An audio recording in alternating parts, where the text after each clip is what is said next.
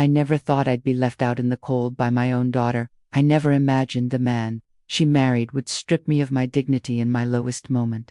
And that she would let him, but what they didn't know was that life had one last card for me to play, and when I played it, everything changed. Get ready, because what you're about to hear is not just a story, it's a reckoning. Comment below where you're watching from. And don't forget to subscribe to the channel for more stories like this. My name is Margaret. I'm 58 years old, and until not long ago I believed in something called unconditional love, especially when it came to family. I built my life around my husband and our daughter, Amanda. Every meal I cooked, every holiday I planned, every dollar I saved was for them. When my husband passed from cancer last year, it felt like the floor vanished beneath me, but I told myself I still had Amanda, I still had my daughter. I sold the house my husband and I had built from scratch in Cedar Park, just north of Austin. Too many memories, too many nights waking up expecting to hear his voice calling from the kitchen. Amanda and her husband, Chad, offered me a place to stay for a while, or at least Amanda did. Chad barely looked up from his phone when I moved in. I tried not to make waves. I kept to my small room in the back. I cooked, cleaned, offered to run errands, trying to be helpful, trying to stay out of the way, but Chad had a way of making me feel unwanted. His eyes always carried this irritation, like I was a splinter under his skin. It started with the small things. He'd roll his eyes if I asked a question. He'd change the TV when I was mid-show. Once I heard him mutter under his breath, "Freeloader," as he passed by me in the hall. I tried to convince myself I misheard, but deep down I knew I hadn't. Amanda, she said nothing. I'd look to her for backup, for a word, anything, but she always played it. Downy stressed, she'd say, "Work's been rough." I swallowed the shame and stayed quiet. That's what mothers do, right? But that night, that one night, it shattered me. We were at the dinner table. I had made chicken pot pie, his favorite. Amanda was scrolling on her phone, Chad sipping beer like he always did. The silence was heavy. Then, out of no hair, Chad looked up and said, "You know, maybe it's time we stop pretending this is temporary. We're not a charity." Amanda froze. I stared at him. "What do you mean?" He smirked. "I mean, how long is this supposed to go on? You're not working, you're not contributing. We've got bills. We didn't sign up for extra mouths to feed." My breaths caught, my heart was pounding. I turned to Amanda, desperate. Amanda. She wouldn't meet my eyes. "Maybe it's best," she mumbled, "if you find something more stable, for everyone's sake." Everyone's sake. I didn't scream, I didn't argue. I stood up, walked to my room, packed my things, 2 suitcases. That's all I had left of my life. I didn't even cry while I packed. The tears came later when I stood outside their building, the wind biting through my coat, and realized I had nowhere to go. Amanda didn't walk me out. Chad didn't even bother pretending. I sat on the curb for an hour. My phone battery was dead. My heart was too. I remember thinking, this is what it feels like to be erased. That night, I checked into a motel, the kind where the wallpaper peels and the vending machine eats your change. I lay awake, staring at the ceiling, wondering how everything could turn so cold, wondering what I had done to deserve this kind of abandonment. The next morning I sent Amanda a message, "I understand, I love you always." No reply. The next week, I sent another, then another. Birthdays, little updates, silence. 3 months passed. Each day felt longer than the last. I tried applying for jobs, anything, but no one wanted to hire a grieving widow in her late 50s with nascent work history. I considered cleaning houses, babysitting, but my body didn't move the way it used to. The loneliness, it was suffocating. And worse than that, the shame. I had given everything to that girl. How could she turn her back so icily? One evening, as I was going through a box of old family keepsakes, trying to feel close to something, anything, I found it, my mother's old diary. I hadn't read it in years, maybe never, but something pulled me to it. I sat on the edge of the motel bed, turned the pages, and that's when I found it. A name, a truth, a secret that changed everything. I remember the moment clearly. My hands shook. My heart raced, because suddenly I wasn't just the mother who got kicked out. I was someone else entirely, and for the first time in months, I smiled. They took everything from me, but they had no idea what was coming after that night. The days blurred into each other like gray watercolors bleeding on a wet canvas. The motel room smelled of stale air and distant cigarettes. The buzzing hum of the vending machine outside my door became a lullaby of defeat.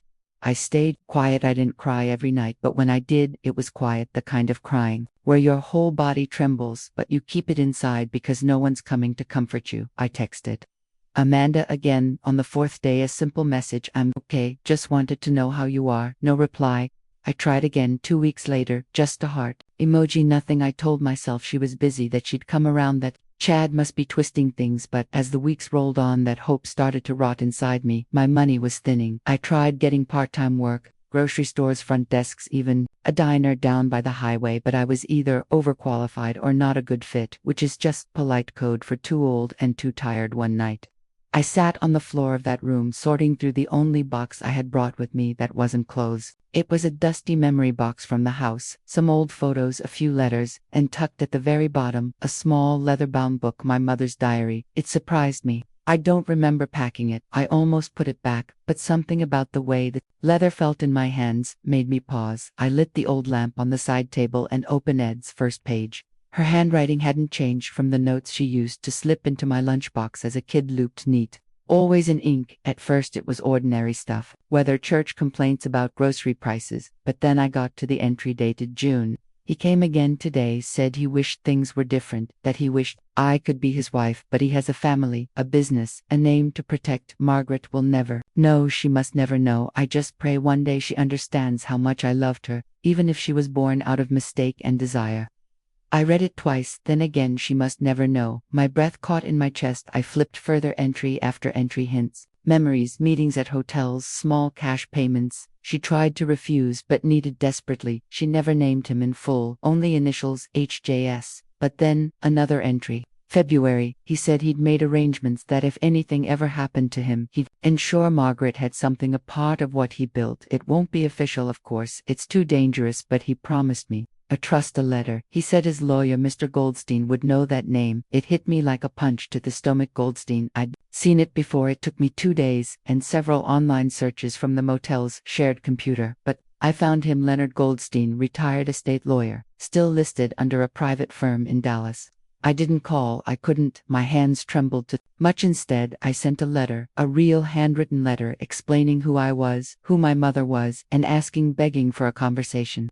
2 weeks later, I received a call. I remembered the way his voice cracked when I mentioned my mother's name. He knew her, not just professionally, personally. I always wondered if you'd reach out someday. He said, there's something you need to see. I took a Greyhound to Dallas.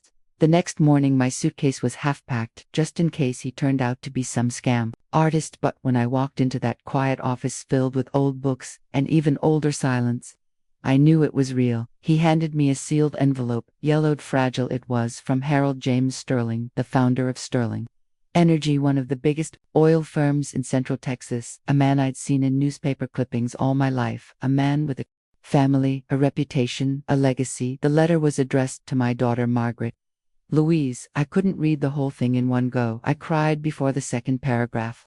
He admitted everything, the affair, the regret, the silent love, and then the promise. In the event of my death, I have ensured a portion of my personal assets, untraceable through my estate, are to be delivered to you via Mr. Goldstein. You are my blood, and though I was too much a coward to claim you in life, I claim you now in death. Mr. Goldstein slid a folder across the table. Inside, bank accounts, a modest investment portfolio, ownership papers, titles, the total value, a little over $1 million. I stared at the papers, then at him. This is real, I whispered. He nodded. It's yours. Always was. My heart thundered, not because of the money, but because for the first time in my life, I felt chosen, seen. I didn't scream or laugh or break down. I just sat there, quiet as a whisper, letting the truth wash over me like a long-awaited rain. That night in my motel room, I didn't sleep. I stared at the ceiling like I had for months, but this time with a smile creeping onto my face. They thought they discarded me. They thought I was done, but they had no idea I wasn't broken. I was just getting started. I didn't go back to Austin right away. Something inside me had shifted permanently. I wasn't just Margaret, the forgotten mother. I was someone new now, someone who had been lied to her entire life and finally saw the truth for the first time in months, maybe years. I wasn't drowning in shame. I was breathing in clarity. I stayed in Dallas for a few more days, just walking through neighborhoods, sipping coffee in silence, watching people live their lives, people who hadn't been tossed aside like I had, and for the first time I didn't envy them. I studied them. I wondered who among them wore smiles that masked heartache, who had been betrayed, who had clawed their way back from being invisible. Leonard Goldstein didn't just give me the inheritance. He gave me time to process, time to understand what I now held in my hands. It wasn't just wealth, it was power, and I had no idea what to do with it. But grief has a way of becoming fuel when you've been humiliated enough. When I returned to Austin, I didn't go back to the motel. I booked a short-term rental downtown just off South Congress. Clean, modern, quiet, the kind of place Amanda and Chad would never imagine me affording. I began dressing differently, more polished, more deliberate, not flashy, just invisible in a new way, the kind of invisible that gets you through doors. I started watching YouTube videos on investing, real estate contracts. I learned the language of business, not because I wanted to build an empire, but because I wanted to protect myself. I would never be powerless again. That's when I found it. The listing was buried on a real estate auction site, a unit apartment building in East Austin, a little rundown but structurally sound. The location, the exact complex where Amanda and Chad lived. I sat there staring at the screen, heart pounding. It was listed as distressed, with the owner defaulting on property taxes. Auction scheduled in 2 weeks. I didn't hesitate. With Mr. Goldstein's help, I created an LLC, an anonymous shell company. I filed the paperwork, transferred the funds, and placed the bid. I wasn't planning revenge, not exactly, but I was going to take control of the one place. They thought they ruled. The auction came and went.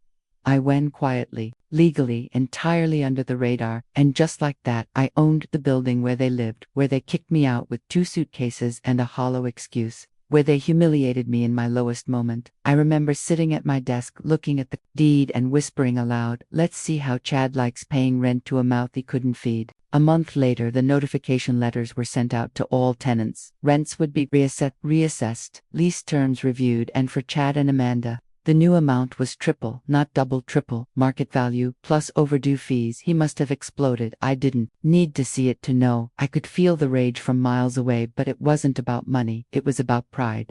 Chad was a man who needed to feel in control, and I had just pulled the rug out from under him. Silently, Amanda tried to call me 2 days after the notice. It was the first time she reached out since the night I left. I let it go to voicemail. "Mom, I don't know if you heard, but something weird's going on. Our rent just shot up like a lot. Chad's losing it. I don't know. Can we talk?" I didn't respond. This wasn't about vengeance. This was about gravity. They needed to feel the weight of their choices. I drove by the building once, late at night. Their lights were on. I could see shadows moving behind the curtains, Amanda pacing, Chad yelling, his silhouette unmistakable. I watched them for a minute, then drove away. Part of me felt hollow, part of me felt vindicated, part of me still hurt like hell, because even now, knowing what I knew, holding what I held, I would have given anything to be invited back in, not to the apartment but to my daughter's heart. But I knew that wasn't possible, at least not yet. So I stayed silent and I waited, because sometimes the loudest justice is the one that doesn't say a word. And I wasn't finished yet. I didn't realize how much I had changed until I saw Amanda at the grocery store. 3 weeks after the rent increase, she didn't see me. I was twirled over, hidden behind a rack of discounted cereal. She looked tired, not just tired, worn down. Her hair was tied back sloppily, the way she used to do when she'd been crying. Her cart was half empty, mostly cheap staples, rice, eggs, a few off-brand cans. I should have walked away. I didn't. I followed her through the store at a distance, heart pounding, like I was doing something wrong. She paused in front of a small box of mac and cheese, then looked down at her phone. A text from Chad. Maybe her shoulders sank. She put the box back. That moment broke 'em, not because I pied her, but because I remembered the little girl who used to run to me crying when she scraped her knee, the one who asked me every night to check for monsters under her bed, and now she was living with one. I drove home that day and sat on the couch in silence for hours. I stared at the window, thinking about how life had twisted us into strangers, but I reminded myself this wasn't punishment, this was consequence, and consequence was long overdue. I had plans now, not just the building, but a quiet, slow chess match, every move calculated, every step thoughtful. With the LLC fully in place and the property legally transferred, I started repairs, small ones at first, leaks, broken locks, flickering lights. Chad never noticed. He was too distracted by the rent increase, yelling at the property manager by email, demanding answers. But I knew him, knew how his ego worked. He wasn't going to move. He'd see that as defeat. And Amanda, she'd follow his lead, as she always did. So I kept going. I changed the property signage, had a security camera installed near the lobby, updated the tenants' mailboxes, Allender, the name of my company, ML Holdings, short for Margaret Louise. No one knew who was behind it. Then came the notice: annual inspections, mandatory. Chad sent a furious response. through the tenant portal filled with empty threats and self-righteous indignation. I smiled reading it. He was unraveling, and I didn't need to lift a finger. Meanwhile, I was becoming someone I barely recognized. I wore my hair differently now, sharper. Clothes. I walked with purpose. I started joining small business meets under a pseudonym, learning the ropes of real estate, building connections. No one asked about my past. They only saw a quiet, composed woman with sharp eyes and cash on hand. The best disguise is the truth. You don't say. One morning I passed Amanda and Chad in the parking lot as I exited a tenant meeting. I kept my sunglasses on, hair tucked into a sleek bun, documents in hand. Amanda barely glanced at me. Chad didn't recognize me at all. Later that night, I sat in my living room sipping tea, thinking about how strange it felt to walk right past your own child and be visible, not because you're weak but because you're stronger than they. Remember, they couldn't see me now because they only knew the version of me they used to control. And that woman was gone. The calls from Amanda continued, soft, hesitant voicemails. Hi mom, just wanted to see if maybe you had time to talk. I know things have been complicated. I didn't return them, not out of cruelty but because I needed her to feel the void she created. And every time I felt doubt creep in, I opened my mother's diary. I read those words over and over again. Margaret will never know. She must never know. But I did know now, and with that knowledge came a kind of armor no one could tear through. I was no longer woman begging to stay under their roof. I was the woman who owned it. I always believed revenge wasn't about getting even. It was about balance, justice without fire. A correction, not a war. But when I saw the email response from Chad after he received the notice of his rent increase, I'll admit a small flicker of satisfaction lit inside me. Subject: rent increase. This is absolutely unacceptable. This must be a mistake. Tripping or renting, that's extortion. I demand to speak to whoever owns this dump. We've lived here for 3 years and never been late. Once. This is robbery. He signed it, Chad D. Harmon, like his name meant something. I read the email 3 times and then forwarded it to my property manager with a simple note: please respond using standard clause C regarding market rate adjustments. No special exceptions. Chad wasn't just angry, he was stunned. His arrogance never made room for the idea that someone could outmaneuver him. He'd become so used to being in control that the idea of answering to a faceless landlord drove him mad. Amanda tried calling me again that same night. The voicemail was different, no pretense. Mom, I know you're not picking up, but I really need to talk to you. Things are rough right now. Chad's upset. He's taking it out on everything. We're trying to figure things out. I miss you. I do. Her voice cracked at the end. For a moment my fingers hovered over the screen. I could call her back, tell her it would be okay, that I'd fix everything, but I didn't, because it wasn't okay, and I couldn't keep fixing the messes she helped make. Amanda had let him throw me out like I was nothing more than a bill they couldn't afford, and now that the pressure was on her, she remembered how to dial my number. No, let her sit with silence a little longer. The next week, I authorized additional upgrades on the property: new exterior paint, hallway, lighting, landscaping improvements. Chad's rent wasn't just a punishment, it was funding improvements for the other tenants. That was the irony. Everyone else benefited. He just couldn't see it. He began leaving angry notes under the office door. The water pressure sucks. Trash is piling up. If this is what we're paying for, it's a joke. Every note went unanswered. Amanda stopped leaving messages. She started texting instead, short ones. Hey, can we talk? I really need you. Then silence again. Meanwhile, I watched the bank statements roll in. ML Holdings was stable, profitable. Even the other tenants were quiet, respectful, and paid on time. It was only Chad making noise, and Amanda caught in a storm. But things changed when I received the quarterly report from the building manager. Attached were photos of Chad and Amanda's unit. The bathroom had mildew kitchen tiles, cracked mail stacking up on the floor. They were cutting corners, living lean. I should have felt pity. Instead, I felt clarity. This wasn't just about rent, it was about power. And Chad was losing it fast. Word around the building was he'd started taking on extra hours at work. Amanda was seen crying on the back steps one afternoon by another tenant. They were unraveling from the inside out, and I didn't have to say a single word. That was the part I kept coming back to for so long. I was the one begging to be heard, begging Amanda to see what Chad was, to see what she was becoming by standing beside him. Now they were choking on their own silence, and I was watching from above. Literally, my new apartment overlooked higher courtyard, different building, higher floor, safer neighborhood, a view they could never afford. I didn't watch them all the time, just enough to remember that I wasn't crazy, that I hadn't imagined The betrayal that what they did to me deserved consequences, and yet, despite all that, some nights, I still found myself sitting by the window holding my phone, staring at Amanda's last message. I really need you, the woman inside me, the mother.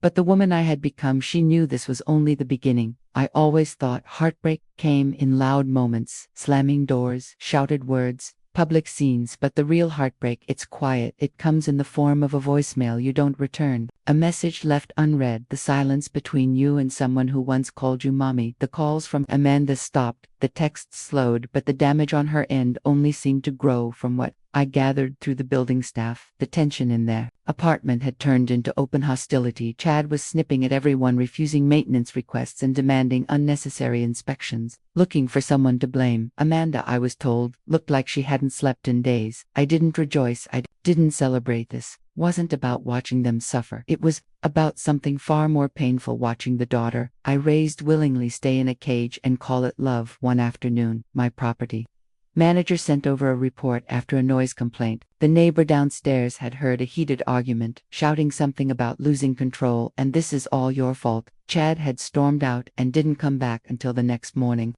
Amanda stayed locked inside the apartment the whole night. Lights off, curtains closed. I waited, not for Chad, for her. It took 2 more days. 2 long, aching days. Then, just as the sun was dipping behind the trees, one evening my building's intercom buzzed. Hi, this is Amanda Harmon. I was wondering if my mom lives here. My heart stopped. I didn't answer right away. I just watched the screen frozen. Then slowly, I pressed the door release. 10 minutes later, a soft knock echoed at my apartment door. When I opened it, she stood there looking like a shadow of the girl I raised, pale makeup, smudged wrinkles in her shirt. She looked 20 years older than she was. We stared at each other for a long time. Neither of us spoke. Finally, she let out a breath.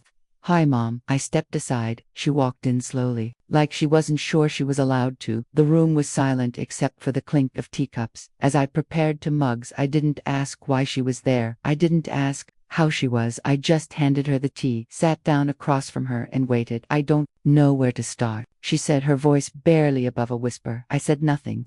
She looked down. He's not easy. He's angry all the time. Blames the rent, blames me, blames the dog next door, for God's sake.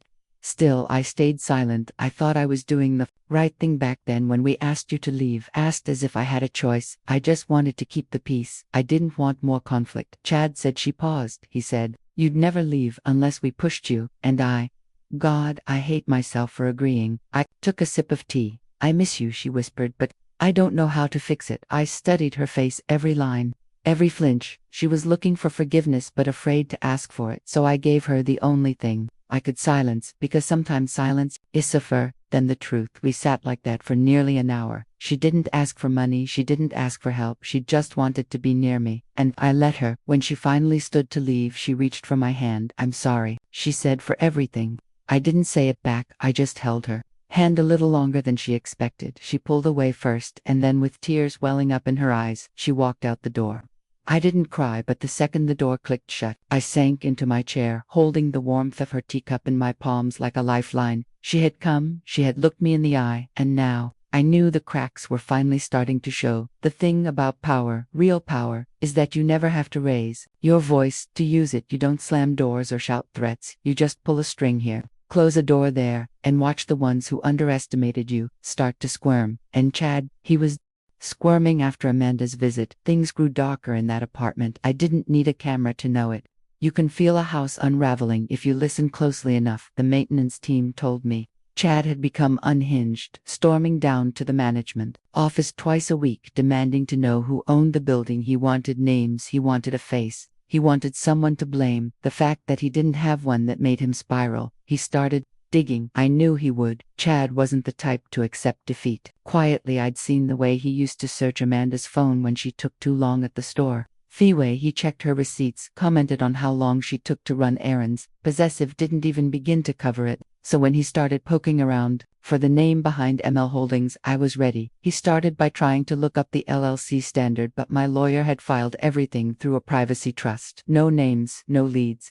Then came the phishing emails to my property manager: pretend to be a tenant, ask who owns the building. Sloppy, desperate. He even called the title office, pretending to be a lawyer representing another property. The clerk flagged it and reported it straight to us, and when those routes failed, he turned inward. Amanda, I don't know what happened exactly, but one of the neighbors called the management office and asked if someone could check on the Harmons. She said she heard glass breaking, raised voices, the kind of anger that doesn't just come from bills, it comes from fear. The maintenance man went up there. No one answered, but through the door he could hear Chad pacing, muttering, Amanda, crying. The silence afterward was heavier than the yelling. A few days later I received a strange envelope, no name on the, no return address, inside a note. I know what you're doing, you think you're clever, but you don't scare me. I'll find out who you are, and when I do, you'll regret it. No signature, but I recognized the handwriting. Chad wrote like he spoke, angry, uneven, pressing too hard on the paper. I sat there with the letter in my hands, heart thudding, not out of fear, out of memory, because it took me back to the moment he stood in that kitchen and looked me in the eye like I was dirt beneath his feet, the way Amanda stood beside him, not just silent but complicit, and now he was the one grasping at shadows, choking on uncertainty, screaming into the void. It was poetic, but it was also dangerous, so I doubled down. I had my lawyer contact building security. We installed more surveillance, discreet legal routine. I made sure the other tenants were protected. The building wasn't going to fall apart because one man couldn't handle the weight of his own cruelty. And Amanda, she didn't call again, but I heard from the building manager that she'd been walking to work. Her car had been sold, their utilities were being cut back, lights off. By PM, no heat. Some nights the cracks weren't just in their relationship, they were in their survival, and yet, through it all, I kept my distance because this wasn't about revenge, it was about resolution, letting Chad's world shrink until he realized how small he really was, and letting Amanda decide would she stay in the cage or find the key I'd placed right in front of her. I knew she wasn't ready yet, but the walls were closing in, and secrets have a way of leaking through cracks. I didn't expect the knock on my door that night. It had been quiet. 4 days, no emails from management, no voicemails from Amanda, no more anonymous threats, just silence, the kind that feels like a storm crouched in the distance waiting. But when the knock came, soft and slow, something in my chest tightened. I opened the door. Amanda stood there, soaked from the rain, a grocery bag clutched to her chest like it was the only thing keeping her upright. Her eyes were red and her mouth opened, but nothing came out. She looked like she had run out of words. Days ago, I stepped aside. She walked in slowly, dripping water on the hardwood floor. I handed her a towel and we moved without speaking. I warmed the kettle, poured 2 mugs of chamomile tea. She sat on the edge of the couch like she didn't want to stay long, like she didn't deserve to, and maybe she didn't. She stared into her cup, eyes hollow. He's not who I thought he was, she said finally. I stayed quiet. I knew, part of me always knew, but I told myself it was stress, that he just needed support, that if I was patient he'd come around. Still I said nothing. She looked up, her voice trembling. He thinks someone's targeting us. He's obsessed. He's been going through my phone, my emails. Last week he followed me to work, said he was making sure I wasn't involved. A shiver ran through her, and not from the cold. He asked if I was hiding something. If you were hiding something. That caught my breath. She didn't wait for an answer. I told him I hadn't spoken to you in weeks, that I didn't even know where you were. She paused, but that was a lie. I met her eyes for the first time. I found your building listed in a security notice, same a management company. I figured it out. It wasn't hard. Of course it wasn't. Amanda was smart, always had been, but smart doesn't always mean brave. And now she looked like someone who had finally opened her eyes and hated what she saw. I didn't speak. Not yet. I miss you, she whispered, but I don't even know how to be around you anymore. My hand tightened around the mug you left, she said, voice cracking, and I let him push you out. Finally, I spoke. No, Amanda, you didn't let him. You stood with him. That stopped her cold. She blinked, her lips parted slightly like she wanted to deny it, to defend herself, but there was nothing left to defend. I stood up, walked to the window, stared out into the night. I begged for your voice. That night, I said, just one word, just one, and you stayed silent behind me. I heard her exhale, a quiet, broken sound. I didn't think it would get this bad, she said. I thought I could manage him. You can't manage a man like that, I said softly. You survive him, or you leave him. She didn't respond. She didn't have to. We sat in silence for a long time. 2 women who shared blood but not trust. Not yet, maybe never. When she finally stood to leave, she set the mug down carefully, her eyes rimmed with unshed tears. I don't expect forgiveness, she said. I just needed to remember what it felt like to be safe. I walked her to the door. She paused, then turned back suddenly, and wrapped her arms around me. I didn't return the hug. Got first, then I did, but gently, cautiously, like someone trying to hold a memory without letting it slip through their fingers. When she pulled back, she didn't say goodbye. She just looked at me one last time and left, and as the door closed behind her, I felt something shift deep in my chest. Not forgiveness, not yet, but the faintest flicker of something that might one day grow into it. If she let it. The invitation went out on a Tuesday morning, quietly, professionally, without fanfare. Attendance meeting to discuss upcoming building renovations, scheduled in the common room. The following week, mandatory attendance questions. Welcome. I knew Chad would be there. I knew he wouldn't be able to resist. He wanted a name, a face, someone to point a finger at. He had no idea he'd be walking right into the hands of the woman he discarded like a broken appliance. The day of the meeting, I arrived early. I wore a charcoal gray blazer and dark jeans, simple, elegant, unrecognizable. My hair, now in soft waves, brushed my shoulders. I looked nothing like the woman who once begged for a sliver of dignity at Amanda's kitchen table. The common room filled. Slow lieutenants trickled in, some curious, others annoyed, most indifferent. And then came Chad. He stormed in with the swagger of a man expecting confrontation, Amanda trailing behind him like a shadow. He didn't look around, didn't notice me. He only saw the property manager at the front and went straight to him. "Where is she?" he demanded. "I want to speak to the person in charge today." The manager remained calm. "All questions will be addressed during the presentation." Chad scoffed. Amanda looked down at her shoes. I sat near the back, silent. The presentation began. Routine announcements, upgrades, timelines, the new security system, the updated landscaping, the improved insulation, practical changes, smart decisions, all funded in part by the very rent Chad had so bitterly protested. Then the manager paused. "We'd like to thank ML Holdings for their commitment to revitalizing the property and prioritizing tenant comfort. The owner is here today. Should anyone have questions." I stood up. The room turned. I walked slowly toward the front, calm, steady, every step, a quiet drumbeat in my chest. Chad's face twisted in confusion, then disbelief. Amanda's mouth parted in shock. I turned to the room. "Good evening," I said. "My name is Margaret. I'm the owner of this building." You could hear a pin drop. Chad stood up so fast his chair scraped the floor. This is a joke. What kind of game is this?" I looked at him, really looked at him, and saw the cracks he had tried to hide, the sweat behind his collar, the puffiness under his eyes, the panic. "No game," I said softly, "just business." He took a step forward. "You manipulated this. You've been behind this the whole time. You raised our rent. You're trying to ruin us." I held my ground. "I gave you a roof. I made improvements. I treated every tenant equally. What I didn't do was forget." He opened his mouth to speak, but I turned back to the group. "If anyone has questions about the changes or improvements, I'm happy to answer them after the meeting." "Thank you." I stepped aside. The meeting resumed, but the tension never left the air. Chad didn't sit down. He just stood there, trembling, furious. Amanda sat with her hands clasped tightly in her lap, eyes wide and wet. When the meeting ended, tenants came to me, shaking hands, asking questions, thanking me. Some had suspected, most had no idea. Chad waited until the room emptied, then he marched toward me. "You think you've won," he hissed, "but this is nothing. You've made an enemy."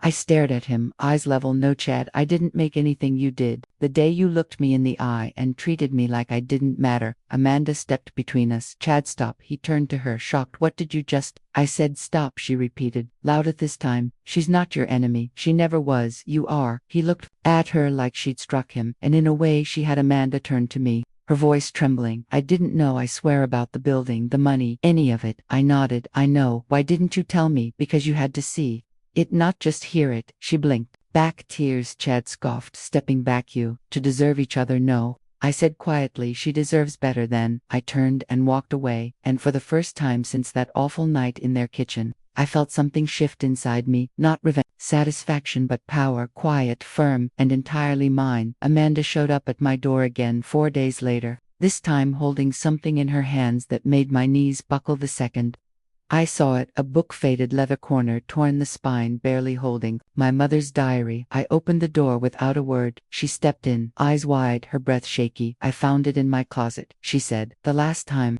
I visited you, you must have left it behind." She placed it on the coffee table like it was sacred, and for me it was. I read it, my heart stopped. I wasn't trying to pry, she rushed, but I recognized her handwriting. I was looking for something that made sense. Silence fell between us like a curtain, heavy still. "I didn't know about Harold Sterling," she whispered, "or the money, or the trust, or any of it." I nodded once slowly. "I didn't know either, not until I had nothing else to lose. Her voice broke. Mom, why didn't you tell me? Why did you let me believe you were helpless? I looked her in the eye and, for once, she didn't look away because I was helpless the night you closed the door on me.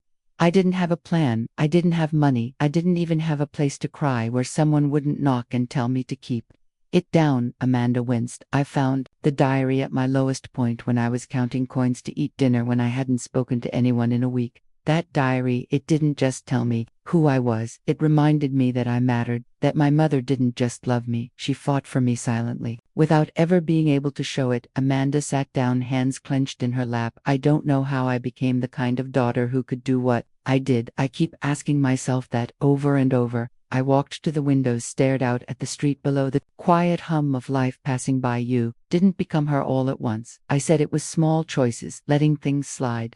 Choosing peace over truth, believing love meant loyalty. Even when it hurt, she stood and walked toward me. I've left him. The words hit the air like a bomb. He tried to go through my things again, my laptop, my bag. I told him no, that was it. He screamed, packed a bag and left, said he'd be back. I changed the locks the next day. I turned to her, stunned. I don't know who I am without him, she admitted, voice trembling. But Idra Thor, find out then keep disappearing. A silence passed between us, thick with everything we hadn't said then. She looked down at the diary. You didn't deserve what I did, what we did. I can't fix that, but I want to try. I walked back to her, slowly sat down beside her. I used to dream about hearing those words, I said, but when you say them now, they don't fix the past, they rewrite it. She looked at me, confused. I held her hand gently. You see me now, that changes everything. We sat there together for a long time. The kind of silence that doesn't hurt but heals, the kind that comes after truth has finally had its say. Before Amanda left that night, she paused at the door. You didn't raise me to be weak, she said. I just forgot how strong you were. I smiled softly. No, I said, you didn't forget, you just stopped looking. And now she was seeing everything, not just who I had become, but who I'd always been. When the email came in from Chad, I almost didn't open it. The subject line alone made my stomach churn. We need to talk now. I read it slowly, carefully, his words sharp, frantic, and dripping with desperation. I know everything about the building out, about the inheritance, about your little secret with Sterling. You think you're clever, you think you can ruin my life and walk away. Smiling, let me make something clear. If you don't undo this, I will go to the press. Your name, your mother's affair, everything. Let's see how your precious reputation holds up when everyone knows what kind of family you really come from. I stared at the screen in stunned silence. He had finally connected the dots somehow. Through Amanda or his own digging, he'd discovered the truth, but I wasn't afraid, because I had planned for this moment. Since the day I bought the building, I forwarded the email to my attorney. By the next morning, Chad received a cease and desist letter. In it were records of every threatening message he had sent to the property office, the falsified documents he tried to submit under a fake law firm, and the tampered emails we had quietly traced back to his IP address. There were tenant complaints, maintenance, sabotage logs, and even audio clips of his rants from public spaces around the building. We didn't need to press criminal charges. Just one defamation and harassment suit was enough. He panicked, and I knew it because Amanda called me 2 days later. He's gone, she said, her voice shaking. Packed up while I was at work, left a note saying he was being hunted. Said, you ruined his life, he ruined his own. I said quietly. Amanda was silent. Then I'm sorry again for ever thinking he deserved my silence. You were scared, I replied. I've been there. Fear makes you small, but you don't have to stay that way. It wasn't long before Chad tried to retaliate, posting vague rants on social media, implying corruption, betrayal. He never named names, he couldn't afford to. Not after the second letter from my attorney threatened legal action for every word he published. He went quiet after that, publicly, at least privately. I knew he'd never forget the day he realized the woman he kicked out with 2 suitcases and a tired face now owned the roof over his head, the lease under his name, and the keys to every locked door he once slammed in mine. Amanda, on the other hand, was transforming. She moved out of the unit within a month, found a small studio near her job, started therapy, joined a community art class. She even painted something for me, an abstract of a phoenix in dark reds and golds. I hung it above my fireplace. We talked more often now, not every day, but when we did it was real, honest, no more pretending. The last piece of the puzzle came in an envelope, another letter, this one from Mr. Goldstein. Congratulations, Margaret. The building has officially been transferred, the final tenants have signed new agreements, the lawsuit against Mr. Harmon has been resolved in your favor. You are now free to sell, hold, or restructure as you see fit. I folded the letter carefully, held it to my chest. This wasn't just about money or property or revenge. This was about truth, about reclaiming my name, my story, my strength. The next morning I called a realtor. I was ready to close it last chapter and open the door to a life I no longer had to survive. I could finally live it on my terms. I sold the building in late spring. The final paperwork was signed on a bright, cloudless Tuesday. No fanfare, no ceremony, just a quiet click of a pen, a firm handshake,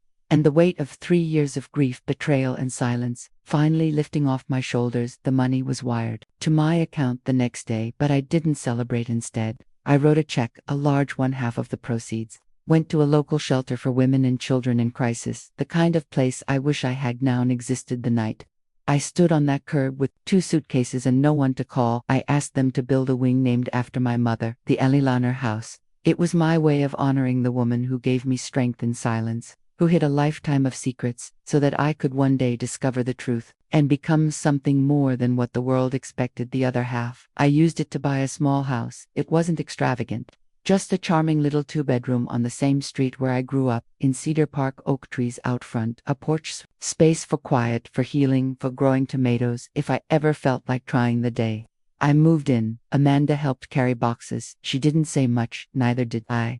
But after we finished unpacking, she sat beside me on the porch, swing legs tucked under, her eyes scanning the street like she was trying to recognize the girl she used to be. I remember riding my bike here, she said softly, before everything got complicated. I nodded. You were always safe here. I told her I forgot how that felt. She whispered. We didn't talk about Chad. We didn't need to. His chapter had closed without a dramatic ending. Just silence. He disappeared into a new city, a new job. Probably a new lie, but not before signing a non-disclosure agreement and quietly dropping his threats. The last thing he wanted was another legal battle, or worse, for the world to see the truth about him. He was a ghost. Now Amanda stayed for dinner.